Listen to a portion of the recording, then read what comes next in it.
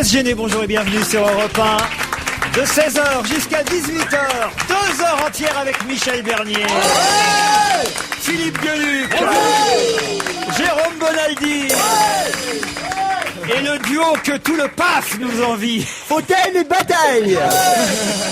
Mustapha El Atrassi et Jérémy Michalak. Merci.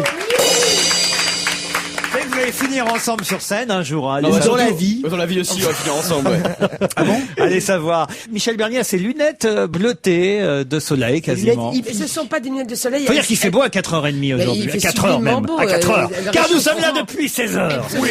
Le réchauffement de la planète fait que, effectivement, il fait très très beau, mais en fait, c'est des lunettes de vue parce que je vois plus clair. C'est le syndrome Gérard Darmon, les lunettes bleues, non? Pourvu qu'elle se mette pas à chanter alors. Non.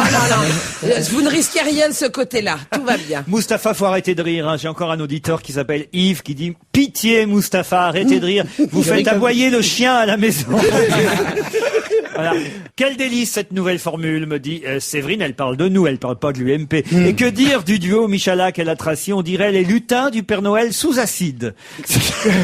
Comment on doit le prendre? Et elle aime beaucoup la cymbale, Séverine. Alors juste pour elle. C'est cadeau. Et puis alors des tas de gens qui viennent soutenir Jérôme Bonaldi, car il avait raison, le mot gadget était bien d'origine française, oui, monsieur. J'ai fait étude, enquête, investigation, reportage. Effectivement, au moment où Bartholdi, l'homme qui a fabriqué la Statue de la Liberté, va aux États-Unis, il emmène avec lui divers industriels, et en particulier une entreprise qui s'appelle Gaget, Gauthier et compagnie, qui était sise d'ailleurs à Paris, et qui faisait du Je travail savais de bien qu'il fonderie. fallait pas revenir là-dessus. Et il fabrique, à la demande de Bartholdi, des petites miniatures qui se vendent comme des petits pains, qui se vendent pas pas cher du tout, qui sont des reproductions en miniature, et on appelle ça des gadgets. Et c'est devenu gadget, voilà. L'origine du mot gadget, j'en suis intimement persuadé, est là. À propos des mots, il paraît, et c'est Jean-François Remonté, un ancien collègue de travail d'une radio concurrente, qui me faisait remarquer que Nicolas Sarkozy avait lui aussi commis une grosse erreur dans son discours. Finalement, il n'y a pas que Ségolène Royal qui invente des mots avec bravitude. Lequel, lui? Nicolas Sarkozy aurait, à plusieurs reprises, 2 fois en tout cas, dit chrétienté au lieu de chrétienté. Bien Le mot sûr. chrétienté n'existe pas. Hein. Le mot crétinisme existe. Il vient de s'exiler en Suisse, mais il est toujours français. Crétinerie, crétinisme. Donc c'est à vérifier. Hein. Il faudrait évidemment se retaper le... Mais je crois que Stevie le connaît de mémoire. Donc dès qu'il viendra, il nous dira si effectivement Nicolas Sarkozy a dit chrétienté au lieu de chrétienté. Quelques questions pour démarrer l'émission comme d'habitude, pour voir si vous avez bien travaillé, bien révisé. Oh là, mon Dieu. Je suis super rationnel et super prêt, à mon avis, de faire... L'abus, c'est un abus. L'inspecteur Gadget est bourré. 16h, bon, je vais faire mieux que Michalak. Attention, ce n'est pas la question, mais déjà vous pouvez me dire qui est Jean-Michel Goudard, j'imagine. Jérôme C'est le Bonaldi. G de RSCG? Voilà, qui a donc inventé le slogan et surtout l'affiche, la nouvelle affiche de Nicolas Sarkozy. Exact, Hein. il est en Suisse lui aussi, vous avez vu comme... Ah bah c'était ma question. Bonne réponse de Jérôme Bonaldi, effectivement. Ça s'appelle Géopardy, ça. Tu sais, on te donnait la réponse. Quelle était la question? Effectivement, c'est dans Marianne que j'apprends que Jean-Michel Goudard, le publicitaire de Nicolas Sarkozy, est domicilié en Suisse pour ne pas payer ses impôts. Oui. Et Marianne ajoute, cet idiot de perdre aussi systématiquement tous ses électeurs. Non, il a le droit de voter quand même en France, j'imagine. Johnny vote en France. Non, je crois qu'il fait plus de 6 mois et un jour, hein, lui, Goudard. Depuis longtemps, d'ailleurs, depuis le début Donc de... on ne vote plus en France dans ces cas-là. Je crois pas. J'ai une question plus difficile. En même temps, quand on s'appelle Goudard, c'est normal de partir dans un pays fromager. Oui, il vote Hollande, vous me direz. Alors j'ai une question plus difficile, celle-là était trop facile. Eugène Leroy et surtout ses descendants doivent être mécontents. Pourquoi?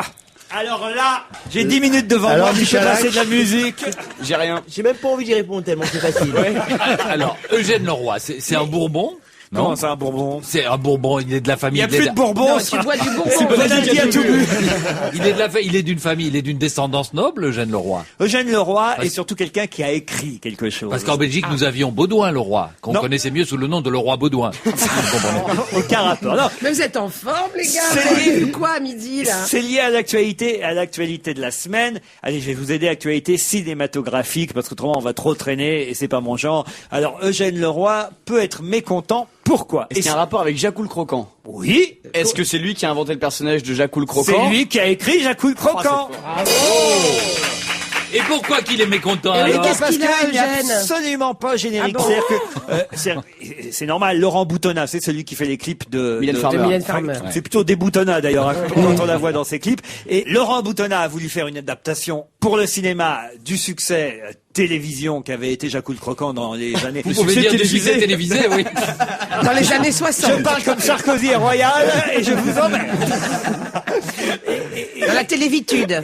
Et il pensait qu'il n'y avait pas eu de bouquin avant. Il pensait que c'était juste un feuilleton télé qui avait été inventé pour la télé. Mais non, c'est une œuvre littéraire, Jacques le Croquant. Oh, l'inculte. Et Oh il oui, ne mais- cite pas Eugène Leroy, et ça c'est pas bien. C'est un feuilleton qui a été publié dans la Revue de Paris en 1899. C'est vous dire que c'est pas tout jeune quand même. Donc c'est tout de même tombé dans le domaine public. Mais l'auteur a un Oui, nom et exact. ça n'excuse rien. Il y avait Mais eu- c'est dans le domaine public. Il y avait eu le même problème avec le dessin animé de Walt Disney, Notre-Dame de Paris, où Victor Hugo n'était pas cité. Ah, parce que c'est de Victor Hugo. Qui a dit, et à propos de qui, j'ai entendu ça sur Internet, il chante faux comme une casserole. Je l'ai entendu sur Internet, il chante faux comme une Il y a casserole. Patrick Fiori pour la deuxième partie. Non, qui a dit ça et à propos de qui À propos de Camini, Non.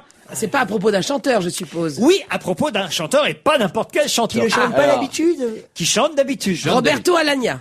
Excellente réponse de Michel Bernier. Et qui a dit ça à propos de Roberto Alagna? Ah ben ça doit être un autre ténor, non non, c'est le Non. patron de l'Opéra de Paris. Hugues Gall, effectivement l'ancien patron de l'Opéra de Paris. C'est à propos de l'autobiographie de Roberto Alagna qui sort aujourd'hui en librairie. On se souvient effectivement que le ténor avait quitté la scène de la Scala de Milan en pleine représentation. Il explique un peu tout ça. Bon, il explique tout son parcours évidemment, mais il a dû rajouter quelques pages suite évidemment à ce qui s'est passé à Milan. Elles sont écrites à la main pour les gens, hein, c'est particulier. Il a rajouté les pages au dernier moment. Ça fait... Sur chaque Que la exemplaire. moitié de la page parce que pendant qu'il écrivait, sa femme le sifflait. Ça s'appelle Je ne suis pas le fruit du hasard, écrit en collaboration avec Daniel Mazingarbe. C'est aux éditions Grasset, 300 pages, 19 €. Je vous donne tous les détails. Oui, c'est bien. Et en tout cas, il s'explique sur son départ en disant que vraiment c'était une claque. Non seulement une claque pour lui, mais une claque qui était dans la salle et qui avait décidé de lui nuire. Lui dit qu'il chantait très très bien, qu'il n'y avait aucune raison qu'on le siffle. Apparemment, c'est pas l'avis de Hugues Gall qui effectivement dans Le Parisien dit la vérité, c'est que le rôle de Radamès dans Aïda était trop lourd pour lui. Je n'ai pas assisté à la première, dit Hugues Gall, mais ce que j'en ai entendu via Internet, c'est qu'il y chante faux comme une casserole. Ça va lui faire plaisir, hein, Mais Roberto mais il a Alagna. raison, il s'est même trompé dans la musique parce qu'il chantait Aïda, Aïda, Aïda, les montagnards sont là. Ce qui est pas du tout dans l'opéra de Verdi au départ. Finalement, tous les gens ont du problème. Hein. Verdi en Italie et Johnny en Suisse. Alors, non, il ajoute Hugues Gall, l'ancien patron de l'Opéra de Paris. Cela dit, j'espère que le public milanais ne sera pas privé de la Manon de Massenet qui est programmée avec Roberto Alagna en mars 2008, car Alagna est l'un des meilleurs dégrieux au monde. Dégrieux, c'est évidemment C'est le rôle dans Manon. le personnage. Non, mais je le dis pour entendu. Mustapha et Michala. Alors qui est comme pas- si on le savait pas. Oh là là. Non, c'est pas un mec de la famille des Grieux, c'est ça qui joue dans Manon. c'est Non, mais ça alors, en même temps, je suis pas sûr qu'il y aille chanter dans Mais Manon. si, il va y aller, la revanche. La Ah non, parce revanche qu'on de lui Roberto. a dit, bah oui, il a dit, bah non. Oh, Mais non. il est bizarre dans son interview quand même. Il est un Et là, peu... il y a quelqu'un de très croyant qui lui a dit, mais si! C'est pas très chrétienté tout ça. Et dans son interview, quand même, au Parisien, il est un peu bizarre, Roberto. Dans un premier temps, il dit, oui, de toute façon, je serais bien rentré sur scène, mais j'ai été remplacé immédiatement 3 secondes après par la doublure.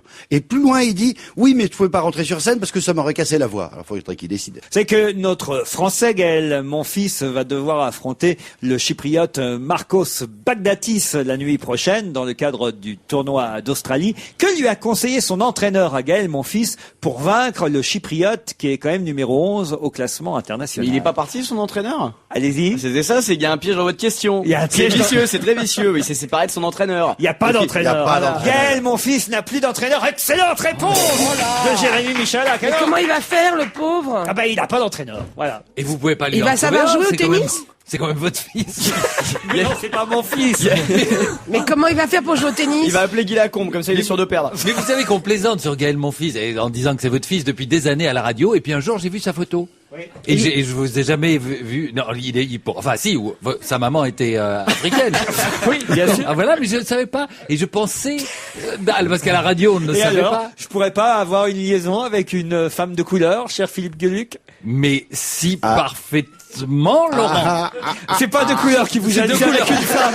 Je me disais qu'il y avait un détail dans la phrase. Allez, autre question. Bravo, en tout cas, excellente Ah oui, réponse fort de Jérémy. Michalak. De encore Michalak. une. Merci. Autre question. Qui publie Lettre ouverte à un ami qui en rêve depuis si longtemps? C'est un joli titre, hein. Lettre ouverte à un ami qui en rêve depuis si longtemps. Peut-être que si vous trouvez Doc l'ami, Gynéco vous trouvez l'auteur. Pardon? Doc Gynéco? Non, c'est pas Doc Gynéco. Vous avez trouvé l'ami. Il s'agit effectivement de Nicolas Sarkozy, cet ami qui en rêve depuis si longtemps. Mais Doc Gynéco écrit pas tous les livres sur Sarko. Il en a écrit un, mais celui-là est publié chez Grasset. C'est chez Catherine Ney? Non, c'est pas Catherine Ney qui a été chez Jean-Pierre Elkabbach. C'est quelqu'un d'inattendu, dont on se dit, tiens, c'est pas un ami de Sarkozy? C'est un ami de Nicolas Sarkozy. Eugène Leroy qui remonte la qui veut remonter la pente. Ah oui, après Jacques le croquant, Sarko le craqué. C'est mon fils qui cherche un entraîneur, non? Non. Alors en tout cas, l'éditeur Grasset est très courageux de publier ce livre parce que cet auteur avait vendu seulement 3000 exemplaires de son livre précédent. C'est pas le producteur, là, qui s'était fait prendre dans Mais c'est un people, c'est un people. C'est pas un people Non, du tout. Je peux même vous dire qu'il est monté à la tribune dimanche à C'est un Versailles. politique, alors. C'est Villepin, alors? Non, c'est pas. Bah non, il est pas monté à la tribune. Non, Edouard l'autre, Balladur. là, comment il s'appelle, l'autre? Juppé. Tribune. Non, pas Juppé. Est-ce que c'est quelqu'un qui est dans la garde rapprochée de Sarkozy? Garde rapprochée, en tout cas de plus en plus, oui, même si c'était pas le cas. il y a Michel Alliot-Marie. Non, De non. Védian? Non. Le technicien du son qui est venu régler les micros. Non plus. Non, parce qu'il est monté à la tribune. Michel dimanche. Stéphano, bien sûr. Cécilia. Bon, je vais vous aider, je vois bien que vous séchez. C'est un ancien Premier ministre. Édouard Balladur? Non, Jean-Pierre Raffarin, excellente réponse. Il faut le dire plus fort, hein, quand vous avez une bonne réponse, il faut l'assumer. D'accord, oui, mais je n'étais pas Moustapha. sûr. Mais il a peur de faire aboyer le chien encore. Il parle dans sa barbe qu'il n'a pas, c'est quand même formidable. D'ailleurs, heureusement qu'il n'y en a pas, on ne le laisserait pas rentrer. Alors. Bonne réponse, en tout cas, de Moustapha. Non, c'est bien. Question suivante. Raffarin. Non, pas toujours. Mais c'est assumé, là. Non, c'est du ministre de l'Éducation dont je vais vous parler, Gilles de Rebien, qui s'est rendu hier dans un établissement scolaire, le lycée Hugues Capet à Senlis dans l'Oise. Quelle est la particularité de cet établissement scolaire? Vas-y, Jérôme. Mais non, vas-y, Ah non, ça me Michalak. fait plaisir. En forme On le lit miroir, ensemble. non C'est le premier lycée non-fumeur. anti-fumeur. Le premier lycée non-fumeur, excellente réponse. Mais je savais pas qu'il y avait des lycées fumeurs, moi. Tous les Bien lycées sûr. sont fumeurs. Oui, il y a des lycées où il y a des distributeurs de cocaïne, des distributeurs de Vous savez, bien sûr. En Belgique, ça y est, depuis le 1er janvier, interdiction de fumer dans les restaurants. Ah Dans oui tous les restaurants, interdiction absolue de fumer. Nous n'avons plus que du saumon cru une fois. Pourquoi? Parce que ça va être interdit de fumer. Et le même ministre a avoué que Gilles ça de lui Rebien oui, que ça lui arrivait de fumer dans les toilettes. Oh de oui, son il a dit lycée ça. Quand il était petit. Mais moi, j'ai jamais fait ça d'aller fumer dans les toilettes. Vous avez fait ça, vous, Michalak? Ah non, jamais, non. Non, vous non plus. Ah moi, non, enfin, non, moi, jamais. J'ai trop peur de me faire piquer, même encore Ah non, aujourd'hui. moi j'allais jamais fumer dans les toilettes. Il m'arrivait d'aller chier dans le fumoir. mais c'est tout.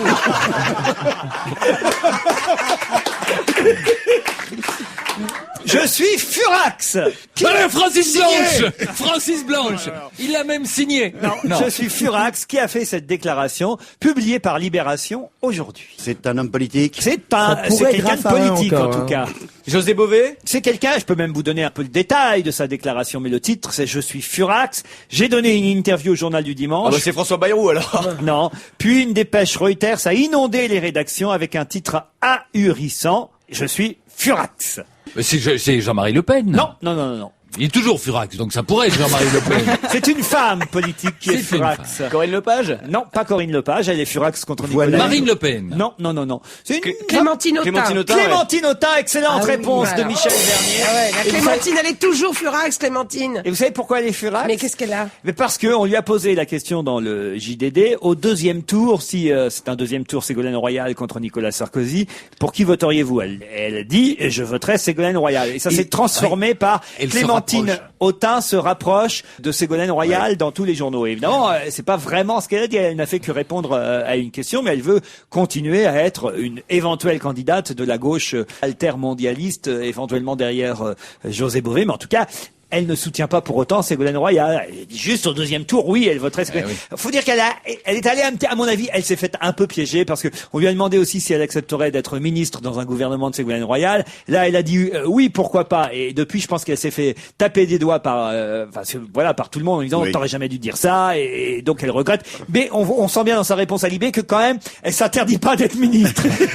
Mais elle a bien compris qu'il fallait pas le dire. Quoi, voilà. Elle est ambitieuse, Clémentine, hein. Ah oui, Elle est oui, anti-libérale. très ambitieuse. Très. Elle est même prête à être ministre chez Nicolas Sarkozy, mais elle peut pas le dire. Non, mais elle peut pas le dire, puis elle pourra pas le faire. Non, Allez, la elle- dernière elle est question du jour. antilibérale. Puis elle est plus grande que lui. Qui va chanter à la Sorbonne ce soir? Francis Lalanne. Là, moi, il était sûr que Avec c'était Raffarin. pas Assumé, là. Avec Raffarin. non. Ça, formidable, comment vous savez ça, vous? Ben, je lis les journaux, je travaille. C'est parce que c'est gratuit que vous savez. Hein. C'était dans ma visite. C'est effectivement un concert gratuit donné par Francis Lalanne ce soir. Il paraît qu'il paye la Sorbonne pour pouvoir jouer là-bas. Une prestation ouverte à tous et pas seulement aux étudiants, organisée dans le cadre du cycle Chansons françaises à la Sorbonne. Et on nous dit que, effectivement, ça a déjà existé ce genre de concert. On a vu des pointures comme Hervé Villard, Gilles Caplan, tu parles des pointures. On dit pas de mal de Gilles Caplan. Pierre, ah oui, vous aimez? Oui. Pierre Barou. Ah oui. Ah oui, quand même, non mais... Mais on dit Ah pas bah, non plus de mal de Pierre Barou. 4 heures de Shabadabada, c'est long, hein. Oui. Dis-moi. Hein. Pierre Barou, c'est Shabadabada. Oui, et puis On le c'est fait beaucoup tous. le Brésil. 1, 2, 3. Shabadabada, Shabadabada, la la la, Shabadabada, Shabadabada, la la la, Voilà, si on va aussi vite que ça, la caméra de louche, elle tourne trop vite, hein. Tout le monde a mal au cœur. Vous m'excuserez, mais moi j'ai pas chanté Bada Bada. Ah bon? Non, Vous allez je veux chercher dire, chat.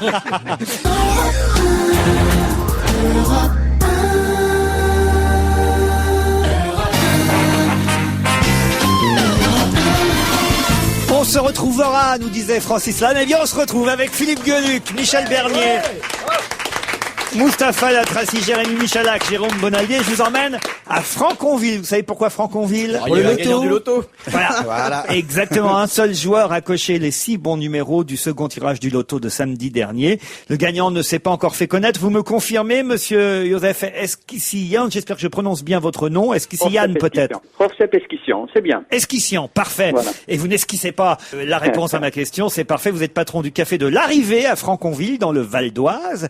Et c'est pas la première fois que vous avez un gagnant. Effectivement. Vous aviez- L'année dernière, il y a 1 an et demi, on a eu 76 millions. Le record français des gains à l'euro-million le 16 septembre l'année dernière. Alors là, attention, tout le monde va venir dans votre café, dites donc. J'espère. Ben, Mais enfin, globalement, on est quand même un café de banlieue. C'est pas dans une grande agglomération comme style Paris ou Lyon que les gens de quartier ou des arrondissements à côté qui font un petit tour en métro. Oui, Donc, enfin, ça quand fait même, loin. si tous les 6 mois, il y a un gagnant à 6 numéros dans votre café, croyez-moi, ça va faire venir du monde. J'avais dit en plus, dernière fois aux journalistes, qu'il y aura d'autres gagnants. C'est l'arrivée, comme j'ai dit, le café de l'arrivée. C'est là que ça arrive les choses. Alors, il ne s'est pas encore manifesté, le gagnant de samedi? Pas encore. Pas encore. Vous l'attendez. Celui d'avant, par exemple, il était revenu dans votre café? Lui-même, non, mais ses enfants, ils y sont tous les jours. Ah oui, parce que c'est... Ils boivent pour oublier qu'il leur a rien donné. Non, je crois qu'il leur a donné quand même. Il faut pas... Il leur a donné beaucoup, il paraît. Ah oui. Ils viennent en voiture de sport ou pas? Oh, ils ont changé pas mal de voitures, des motos. Bon, c'est le plaisir, hein. Quand on a cette somme-là, effectivement, c'est énorme, c'est colossal. 76 millions, ça fait quelque chose. Et ils C'est de offrent- l'euro en plus, hein. C'est pas des francs, hein. Ils offrent une tournée générale à chaque fois? Bon, il y a beaucoup à dire là-dessus. Pour l'instant, c'est moi qui ai payé le coup. Est-ce qu'il laisse un petit pourboire? Pour l'instant, personne n'a rien laissé. Vous-même, est-ce que vous avez touché un petit pourcentage? Rien du tout. D'ailleurs, c'est ce qu'ils m'ont dit mes cousins de Californie, où ils m'ont appelé parce qu'ils ont vu à la télé. Ils m'ont dit, tu vas toucher. Ils avaient calculé 1 million, je sais pas combien. J'ai dit, mais c'est quoi ce trafic? Ils me disent, nous, on touche. Avec le loterie nationale, le buraliste, il touche là-bas aux États-Unis, pas en France. Ça, on devrait faire ça chez nous aussi. Oui. Un petit Eh pourcentage. oui, il devrait. Comment on appelle les habitants de Franconville? Les chanceux, voilà. Les chanceux. Le petit nom des Franconvillois, c'est les chansons. Les chansons. C'est joli, hein? Ah oui. C'est pas les francons. Mais le dernier gagnant, c'est minable. Il a gagné 4 millions d'euros Oui, seulement. effectivement, ça nous a fait un choc. c'est naze. Quand on nous a apporté les panoplies autocollants, quand mes serveuses, tout ça, ils ont vu la somme, ils ont dit, bof, Ouais, c'est un peu. on s'habitue tellement. En fait, ce mec, c'est un peu un RMiste du loto. Oui, ça fait vraiment petit, hein. Est-ce que c'est des numéros que ce monsieur... Est-ce qu'on sait déjà si c'est un loto flash, c'est-à-dire des numéros tirés au hasard, ou ce sont Je des... crois que c'est un loto flash. Ouais. Loto flash. On a l'impression que c'est un loto flash. Ouais. En revanche, le gagnant précédent, il avait joué les dates de naissance de ses 7 enfants. Absolument. Ça, c'était Il a eu beaucoup de Absolument. chance. Eh oui. Il a eu beaucoup de chance. Parce qu'il avait un Ah enfant oui. de 49 ans. Mais non, justement. Mais il n'y a que 12 Il mois avait dans un l'année. enfant complémentaire. Donc, l'euro millionnaire, c'est quand même assez compliqué comme jeu, hein. Et vous vous Il rendez n'y a compte que parce qu'il a 12 fait mois. ça, il a fait ça qu'avec 2 boules et il en a tiré combien à le jour du Ouais, tirage il en a fait quand même pas mal, effectivement, avec 2 boules. Bon, vous attendez. Est-ce que normalement, vous êtes un des premiers à le savoir quand il s'est manifesté, le gagnant? Ouais, je crois qu'il y a eu un loupé pour le premier gagnant au niveau français de jeu parce que comme j'avais dit aux journalistes, il n'y avait pas un checklist comme dans les avions. Quand ça arrive un gros truc, qu'est-ce qu'on fait, quoi? Effectivement, il n'y avait pas, on savait pas. Il y a eu une embrouille, ça veut dire les gens ils se sont présentés, tous les journalistes avec les agences France Presse, vous aviez depuis 3h30 du matin, vous saviez les gagnants, tout le monde était devant ma porte, sauf la Française des Jeux. Mais cette fois-ci, non, ils ont été assez rapides. Bonaldi. J'ai un coup à faire. Prochaine fois que tu sais que c'est dans tel café que les gagnants est et que le propriétaire ne connaît pas, tu dis c'est moi qui ai gagné. Tu fais croire, tu fais tourner général à tout le monde et tu te barres sans payer en disant ouais je peux je vais à la Française. C'est pas bête, mais chat échaudé, hein, vous savez. Donc rendez-vous tous aujourd'hui chat échaudé. au café de l'arrivée à Franconville dans le Val d'Oise. Vous dites c'est vous qui avez gagné. De toute façon, on dit quelque chose hein, en français, jamais 203. Eh bien, on vous le souhaite en tout cas, et même si c'est moins que la dernière fois, effectivement, la dernière fois c'était quand même une somme énorme, 75 millions d'euros. Mais il y aura un troisième, je vous garantis. Je suis assez voyant, oui. Si vous êtes voyant, jouez directement les numéros vous-même. Non. Ça se fait pas comme ça. Ça se fait pas comme ça. Et ça me fait ni chaud ni froid. Et là, c'est un peu moins, 4 millions d'euros, mais en tout cas, c'est déjà un gagnant à 6 numéros. Bravo, monsieur Yann. Monsieur Esquissian. D'Artagnan, vous savez dire D'Artagnan quand même. D'Artagnan, je sais dire. Eh ben, écoutez, en tout cas, monsieur, comment vous dites? Esquission. Esquissian. On vous remercie, vous êtes très sympathique et ça m'étonne pas qu'on ait de la chance en venant chez vous. À bientôt. Venez boire un café quand vous voulez. Vous avez vu cette histoire aussi très amusante que j'ai pu lire dans Marianne, une blague qui a mal tourné en Autriche. C'est une jeune femme qui se mariait puis elle a enterré sa vie de jeune fille comme on fait. Vous avez fait ça vous, Michel Bernier? Je me suis jamais mariée. Et en fait, elle s'est trompée, elle a enterré une jeune fille, non? Non. Ça fait 30 ans que j'enterre ma vie de jeune fille, j'en ai marre. Hein. Non, ses copines lui ont dit, alors écoute, c'était l'enterrement de la jeune fille, elles avaient un peu bu toutes, et puis allez, on fait un pari, allez, on fait un pari, pas capable que tu dises non. Au moment où l'officier te pose la question, voulez-vous prendre pour époux? Évidemment, tout de suite après, tu dis mais oui, idiot. Alors elle dit mais si, bien sûr qu'évidemment j'en suis capable. Alors arrive le moment du mariage, elle dit non. Puis évidemment elle se reprend tout de suite mais oui, idiot. Sauf que l'officier n'a pas du tout apprécié la blague. C'est comme chez Julien Lepers, c'est la première réponse qui compte. Hein. Et l'officier a dit désolé, moi je savais pas ça. Seule la première réponse compte. Je ne peux plus vous marier. Il faudra constituer un nouveau dossier. Bon, il est très con. Il est un peu relou quand même. Il est fonctionnaire autrichien. Ah bon, c'est peut-être pour ça aussi. Ça explique le droit On de ne dit pas de mal des fonctionnaires autrichiens. Non mais c'est quand même dingue. Moi j'ignorais que la première. Est-ce que vous croyez que c'est comme ça en France aussi? Faudrait essayer. Lançons un appel à des gens qui Quand je doivent me se marie marier. la prochaine fois, enfin la seule fois, je vous dirai, je ferai genre non. Un mot sur le plan alerte enlèvement. Vous avez vu que la Ligue des droits de l'homme a dénoncé hier un show médiatique. Il y a des gens qui sont contre ces plans alerte enlèvement. En même temps, c'est vrai que c'est assez curieux. Vous avez vu quand même ce bébé qui a enlevé une petite fille de 12 ans. Un pervers. Non, mais c'est vrai que c'est assez incroyable quand on sait depuis hier que la jeune fille a 12 ans. Vous vous rendez compte, ça aurait pu être elle qui était enlevée en quelque sorte. C'est-à-dire qu'on a déjà vu des plans alerte enlèvement, enfin on n'en a pas déjà vu, mais on a déjà vu des kidnappings d'enfants de 12 ans. Ouais. C'est-à-dire qu'on ne sait pas qui a enlevé l'autre dans le fond quasiment, non? Ah non, mais moi je me méfie, c'est un petit salopard. Il faudra suivre ce gars. Et au début, vous vous rendez compte quand même aussi la différence. C'est-à-dire qu'elle avait annoncé 18, 19 ans et elle en avait que 12. C'est peut-être elle qui a trompé Jean-Luc Lahaye aussi. C'est ça. C'est parti avec les 10 000 euros de dommages et intérêts. Non, mais oui, Qu'est-ce Moustapha. qu'il peut demander comme rançon? C'est ça le problème. Alors, je Ouais. voudrais 2 Barbie, un Certec. Non, elle voulait pas demander une rançon. Ce qui est fou aussi, c'est qu'on voit les images aujourd'hui. Vous avez vu les images de la jeune fille qui monte dans le RER. On est filmé partout dans le fond. Oui. Hein. On est fliqué. Ce qui est formidable, on a vu dans le métro qu'il y a des gens qui lui cédaient sa place. Qui ont Dans dit, le bus. oh là, Dans oui, le bus. dans le bus. Une jeune fille avec un bébé. Jérôme a une histoire, je crois. Une jeune fille toute belle, toute mignonne, qui arrive dans le métro à l'heure de pointe. Il y a un monsieur âgé qui est assis. Il dit, vous pouvez laisser la place, s'il vous plaît, parce que je suis enceinte. La fille est toute belle, toute menue, le ventre parfaitement plat. Mais vous êtes enceinte depuis combien de temps? Oh, 1 heure ou 2. Ah mais moi j'ai fait ça déjà. Alors en Ça a revanche. marché? Vous avez fait Ça quoi? marche Vous bien. étiez Si obligé. j'étais enceinte depuis 1 heure ou 2, non. Et c'est comme ça qu'est né Gaël, mon fils. Non mais c'est que quand on est gosse, on va toujours. Enfin, vous avez dû faire ça, Moustapha, vous aussi. Je le fais encore alors, moi je suis encore gosse. Hein, Qui donc, nous avait souvent raconté que parfois vous faisiez un peu banquette, comme on dit dans les booms ou dans les surprises parties, je sais pas comment on dit aujourd'hui. Gardez les sacs de la dans les copine. teufs, quoi. Oui. Et, on essaie toujours d'inviter à danser une femme un peu plus âgée. On est toujours attiré par les. Non, pas vous, Philippe Moi, les Gueluc. femmes Mais Moi, je non. suis pas attiré par les femmes âgées du tout, moi.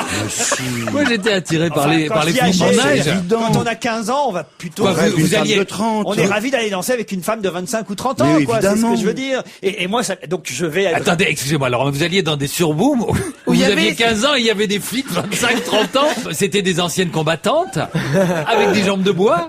C'était les mamans de ses potes. D'ailleurs, j'ai dansé avec une qui avait une jambe de bois, elle m'a dit dans l'autre sens parce que ça se dévisse. Non, alors, je vais voir une dame qui avait 25-30 ans et je me ramasse un râteau. Elle me dit non, je ne danse pas avec un enfant. Et je lui réponds, je savais pas que vous étiez enceinte. D'accord. Voilà, c'est un conseil ça que je vous pour donne ça. au cas où ça vous arrive. Mika, je sais pas si vous connaissez Mika. Un chanteur. Non. Un chocolat. Vous confondez avec Michal, le chanteur polonais, qui n'est pas au Vatican aujourd'hui, on sait pas où il est d'ailleurs, mais si, je crois qu'il fait de la mode maintenant, le chanteur d'Astarac, Michal, je l'ai vu. Autant qu'il chante pas, c'est bon. Il avait volé une orange, il me semble, Alors, non? Exactement. Alors, rien à voir avec Mika. Mika, c'est un jeune chanteur, auteur-compositeur, qui vient de Londres, qui est d'origine libanaise, quoi. Non, attendez, excusez-moi, si on remonte sur la bande, vous dites, est-ce que vous connaissez Mika? Ouais. Je Oui. dis, il chante, vous me dites, non, pas du tout, vous confondez avec Michel. Alors, qui est Mika? Mika est un jeune chanteur, un compositeur, un truc. Vous devenez complètement fou, mon vieux. Je ne sais pas si cette demi-heure Parce que supplémentaire, vous J'ai vu dans vos sciez. yeux que vous pensiez à Michal. Pas du tout. C'est vrai, quand on regarde Philippe, Ouais, on oui. se dit, tiens, Tiens, il il pense pense à à Michel. Michel. C'est vrai, je ne connais même pas Michel. Vous m'apprenez l'existence de Michel. Bon, bah, Pour une fois que je donne une bonne réponse, on donne même pas un coup de cymbale. Merci, Michalak. oh, vous avez vu d'ailleurs à propos de Michalak. Oh là là, je suis triste pour vous, hein, Jérémy. Qu'est-ce qui se passe? Bah, vous avez vu la une de l'équipe ce matin, non? Non. Michalak, je me sens inutile. Oh merde. Depuis le temps qu'on te le Quelle dit. lucidité. C'est de famille donc. Hein. Bon, il est blessé en fait. Non, mais en plus, c'est repris en page intérieure. Hein. En gros, il regarde. Je me sens inutile. Le numéro 10 de Toulouse et des Bleus évoque sa condition de blessé. Vous cherchiez votre dossier Mika. sur Oui, Mika. Alors, Mika. Mika, ce jeune Qui n'est chanteur, pas compositeur chanteur. autrichien. Non, londonien. Londonien. Auteur, Est-ce qu'on va l'écouter finalement? On s'en Oui, fout. moi, j'ai pas Si, envie. si. Si, Oh, si. pour voir. Il est d'origine libanaise. Oh. Il a été découvert sur le net grâce à son titre Grace Kelly. Vous vous rendez compte un peu? Waouh. Oh, le succès. Waouh, c'est incroyable.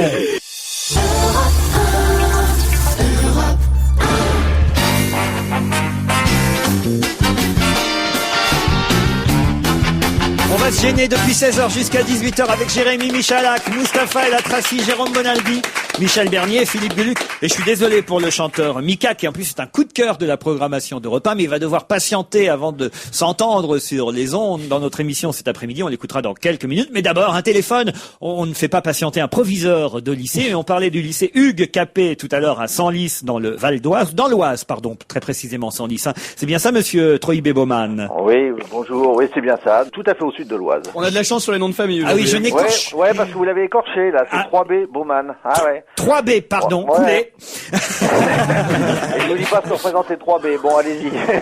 Monsieur 3B Baumann, vous êtes proviseur de lycée. On va pas trop se moquer de votre nom parce qu'après il y a tous les élèves qui vont. Ah en ouais, faire là, autant. je vais être grillé, là. C'est qu'à de le dire. Ah bah, alors justement, Justement, non.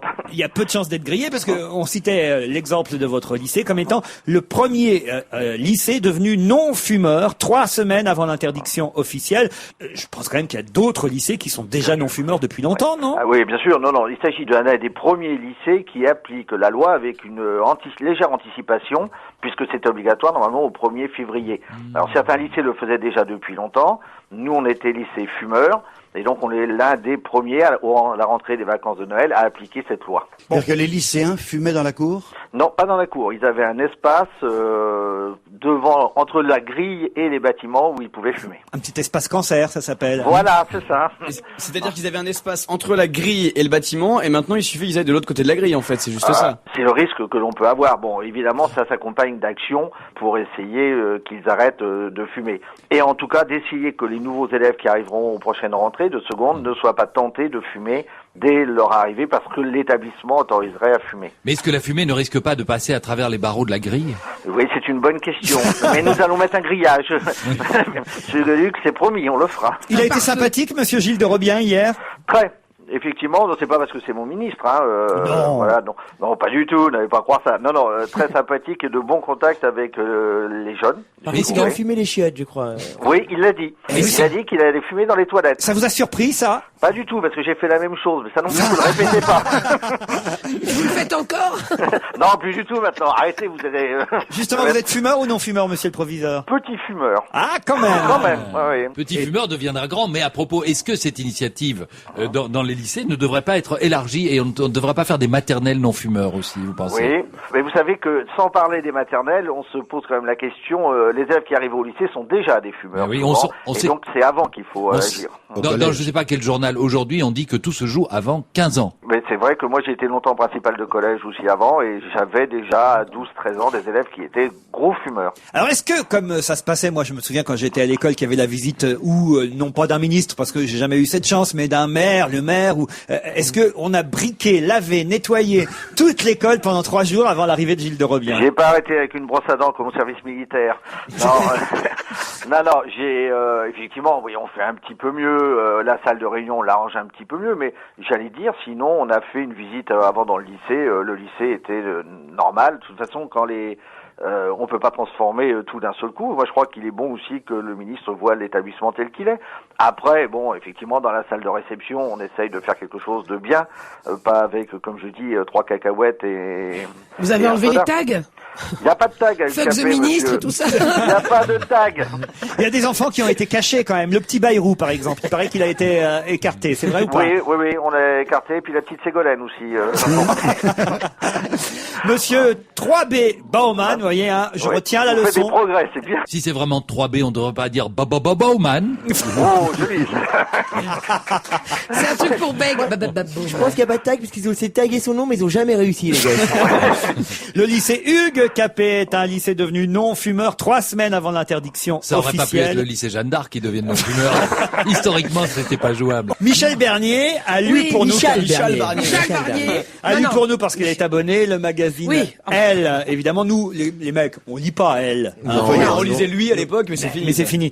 Et alors là, on aurait dû lire Elle parce que dans Elle, il y a quelques conseils sur la sexe-attitude à adopter en 2007. Eh oui, 2007, d'après le journal Elle, c'est la sexe-attitude, l'année de la couette, 2007, l'année de la quéquette, de la galipette, de la brouette, enfin tout De la sucette. de de tout ce qui veut, de tout ce qui est en hête et qui peut vous faire du bien.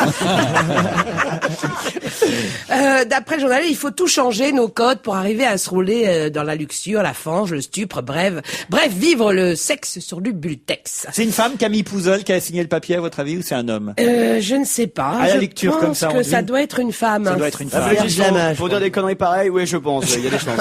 Alors, qu'est-ce qu'elle conseille? C'est-à-dire, d'après eux, l'amour, ça sert à rien, hein, vu qu'on se fait plaquer 18 mois plus tard, ça sert à rien de tomber amoureux. Donc, ne plus penser prince charmant, mariage ou autre bêtise de contes de fées qui nous pourrissent la vie depuis toujours. Non, désormais, il faut penser à coucher dès le premier soir. Ah, c'est un mec alors qui a écrit. Voilà. Et comme le dit Tim Seat, moi, j'aime pas les filles qui couchent le premier soir, faut attendre tout l'après-midi.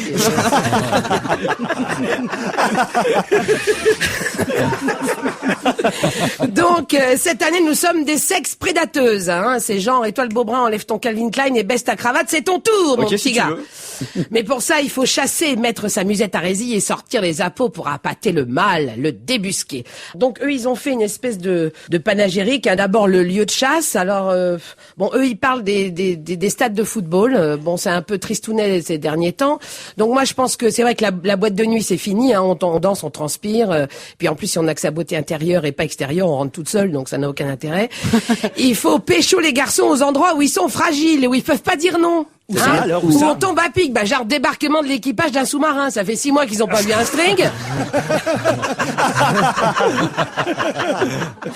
Sortie de prison ou entrée de prison, c'est pareil, ça marche bien. Hein. Retour de colo de scout, hein, un petit tour avec le ragondin turbulent, ça peut être bon. Le regard, il faut le regard qui tue. Alors mettez des lunettes, hein, vous savez ce qu'on dit, hein, femme à lunettes. Par contre, on n'a jamais trouvé pour femme à lentilles. Femme à kiki? La pose du corps. Alors c'est la pose du corps, ça veut pas dire comment poser son corps, c'est la pose du corps, c'est se calmer, se détendre, c'est-à-dire arrêter de mater des films porno ou pas tous les jours et se les faire dans sa tête, au moins c'est nous les vedettes. Attends, les filles, elles regardent des films porno? Bien sûr. Ce que veut dire en fait la journaliste de Elle, si j'ai bien compris, c'est de dire que plutôt que de faire ça en solitaire, il vaut mieux se réserver et attendre le bon moment. Y quoi. penser, voilà, se faire son film soi-même. Alors la vertu de la pudeur, c'est-à-dire se taire. Avant on se disait des mots cochons, maintenant il faut se taire. Ah bon? Avant on disait des mots cochons c'était très à la mode de dire des mots cochons. Tu ne devais pas dire le mot cochon. Non, tu devais dire parce le qu'il y en mot a qui ont mouton, mal compris. le mot Espèce lapin. de truie. Non, on pouvait dire lapin. Donc maintenant on ne se parle plus par Voilà, l'amour. ne se taire, ne pas lui dire comment on s'appelle, autrement il se barre et croit qu'on veut l'épouser de toute façon. Donc il faut pas lui parler. Même pas de prénom alors. Ah ben non, c'est fini, terminé. Alors les mots pour ne pas dire, c'est le truc de Elle. Faut pas dire la chose. Pour ne pas dire la chose. Alors ne plus parler des coups qu'on n'a pas eu, mais attendre de s'en faire un. Oui, ça c'est le fameux concept. Plus on en parle, moins on le fait. Exactement. Donc conclusion, 2007 fini la cigarette après l'amour dans les lieux publics. Merci Michel. Vous parliez de discothèque. Alors, il y a une discothèque en Seine-et-Marne où il s'est passé un truc assez étonnant. C'est l'Hacienda à Nanteuil-les-Maux, très exactement. Ça fait envie déjà. Jamais vous êtes allé à l'Hacienda à Nanteuil-les-Maux? J'imagine le DJ. C'est l'Hacienda. Le véhicule immatriculé 20332-75 gêne la sortie de la discothèque. C'est gratuit pour les blondes. Les blondes. Allez, on monte le son, on lève les t-shirts, c'est parti. Allez, c'est parti, on est tous sur le dance floor, on y va, on se bouge, on se trémousse, il y aura des cadeaux à gagner avant 23h, un open bar pour les filles, allez, on y va. Et attention, le jeune Mustapha qui est à l'entrée de la discothèque se verra refuser l'entrée. Allez, on pourrait faire un concours de DJ pour voir quel serait le meilleur disque jockey parmi nous. Alors, Jérémy va nous donner une leçon parce qu'il semble très très doué. Ouais, alors, on y va. Jérémy Michalak, disque jockey de l'Hacienda. Attention les amis, c'est parti, on monte le bouton du volume au maximum, c'est parti, tout le monde sur le dance floor, tout le monde monte le son, on monte les bras, on les met bien haut, on aura des cadeaux à vous offrir, des t-shirts, des caleçons, bien entendu, avant 5h du matin, un open bar gratuit pour les filles, et les filles, bien entendu, on se retrouve tout de suite dans les toilettes avant minuit. C'est pas mal, hein? Ah, c'est bien ringard, bien comme il faut. Philippe Gueluc, on va voir si vous... je voudrais la discothèque belge. À l'Hacienda de Namur. Et pas chez maman. Bonsoir à tous et bonsoir à toutes et bienvenue à l'Hacienda de Oui. De Oui à côté de Liège. Et on ne dit pas non, on dit oui. Ah oui. Alors, mesdames et messieurs, nous allons vous passer un excellent morceau de musique, très dansant. Il s'agit de Jacques Brel. Michel Bernier, parce qu'il y a des disques jockeys femmes, Dari Boudboul. Ah oui, alors, moi je dirais bienvenue à la maison de retraite des Bois Fleuris pour la super soirée dansante. Avec un bon Jean Ferrat pour commencer. Viré, non, ça va pas, ça. Et les gens en déambulateur sont interdits. Mustapha, une petite... Bonsoir, messieurs. C'est la boîte du parking des Auchan.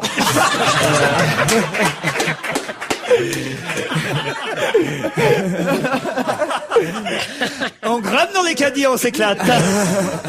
Jérôme Bonaldi, un petit test? Ça serait plutôt, ouais. Oui, tu bouges ton corps. Et la voici la musique. Allez, donne ton corps à la danse. Il y a longtemps que ça t'est pas arrivé. Alors pourquoi je vous parlais de l'Hacienda en Seine-et-Marne? Parce qu'il y a eu un hold-up dans cette discothèque de Nanteuil-les-Maux. Ils ont lâché Samina Seri, ils sont chiants. Non, mais ce qui est fou, c'est qu'il y a eu un hold-up à 30. Ils étaient une bande totale. C'est-à-dire qu'ils sont rentrés à 30, visages masqués, munis d'armes d'alarme, de cartouches à blanc, d'armes blanches. Ils ont tiré en l'air, ils ont dispersé. Les gens ont dû croire que c'était une soirée mousse. Hein. Non, mais comment on peut faire un hold-up à 30 dans une discothèque? Une grosse bande, semble-t-il, ils connaissaient bien les lieux. Ils ont commencé par assis tout le monde. Ils avaient des battes de baseball, des pieds de biche et des armes. Ils ont tiré, tout le monde par terre. Ils ont fait le vestiaire essentiellement. Mais ils connaissaient bien les lieux parce qu'ensuite ils sont montés à l'étage. Dans la seule porte intéressante, le bureau, là où on avait la caisse. Et ils ont piqué 3000 €, je crois. Mais ils ont dansé ou pas? Divisé par 30. T'imagines? C'est exactement ça. Je suis riche, j'ai 10 €. Non mais c'est dingue parce que il y Mais avait la Franconville prendra l'auto. il y avait peut-être moins de clients qu'il y avait de hold-uppers, quoi. C'est con, si t'es 30, t'attaques 30 vieilles et ça rapporte plus que 3 000 euros. si tu cumules Non, tout. en faisant le vestiaire, ils ont piqué un peu plus quand même. Les Ils en portables des clients, les sacs à main, la caisse, voilà ce qu'ils ont Et puis fait. ils ont cramé une voiture en partant. Des t-shirts pastis. Ah non, c'est super le hold-up, hein, franchement. Voilà, c'était pour vous raconter l'hacienda, évidemment. C'est moins rigolo finalement ce qui s'est passé que notre façon d'animer. On y va quand ils veulent à l'hacienda pour faire revenir les clients, parce qu'après un coup pareil, évidemment, il va y avoir un peu moins de monde, mais nous, on peut venir à 1, 2, 3, 4, 5, 6, voilà. On va bouger. Et on vous fait l'animation. C'est drôle qu'on les appelle. À ce temps-là, ils dorment. On peut continuer comme ça. Et dans quelques instants, mesdames et messieurs, sur Europe 1, vous aurez droit au flash de 17h. Non, ça, c'est le Pierre Bénichou, ça. Oui, mais Sans augmentation du prix des consommations. Augmentation du prix des consommations, mesdames et messieurs. Vous allez encore en boîte, vous, Philippe Gueluc, à votre Dis-moi, âge? alors, je ne suis plus allé en boîte depuis mes 18 ans, je crois. Ah oui? Oh là Ah oui. là, mais Non. que c'est triste. Ah ben non, au contraire, quand tu bon peux échapper à ça. Non, c'est assourdissant. Je ne supporte pas. D'ailleurs, il y a Madame Gueluc qui, chez elle, chante du Michel Thor toute la journée. Emmène-moi danser ce soir. Mais vous croyez pas si bien dire. Elle adorait danser. Moi, je détestais ça. Ah oui. Alors une fois que j'ai emballé la femme de ma vie, j'ai plus dû Mais mettre t'as les pieds arrêté dans qu'elle une a boîte. 18 ans, mais t'as commencé à quel âge? Normalement, on commence à y aller à 18 ans. Non, comprends alors pas. j'y allais. Figurez-vous que vous savez, enfin certes ceux qui m'ont vu autour de la piscine en vacances savent que je suis très poilu. Donc j'ai eu des poils sur le menton très jeune. Et à 14 ans, je portais la barbe. Ah oui. Et j'étais copain avec un Il videur. avait la de- barbe à 14 À ans. 14 ans, C'est j'avais... pour ça, il a enlevé un nombre de bébés incalculable. Il était nain de jardin. Vous savez, le gang des postiches. Des postiches, j'ai dit, c'était moi. Al-Qaïda Non, Belgique. Je vous jure, je vous apporterai un jour des... Al-Qaïda Belgique. Quelqu'un à Bruxelles. T'as bien une branche là-bas, non? Ah, mais c'est Manche Adamo cassée. qui chantait Avez-vous vu un barbu sans barbe, non? Non, et donc je m'étais fait pote avec un videur de boîte de nuit à Ostende. dans Laisse la mes rue. poils sur mes hanches. Et alors moi j'entrais et devant moi, je vous jure que c'est vrai, il arrêtait des gens.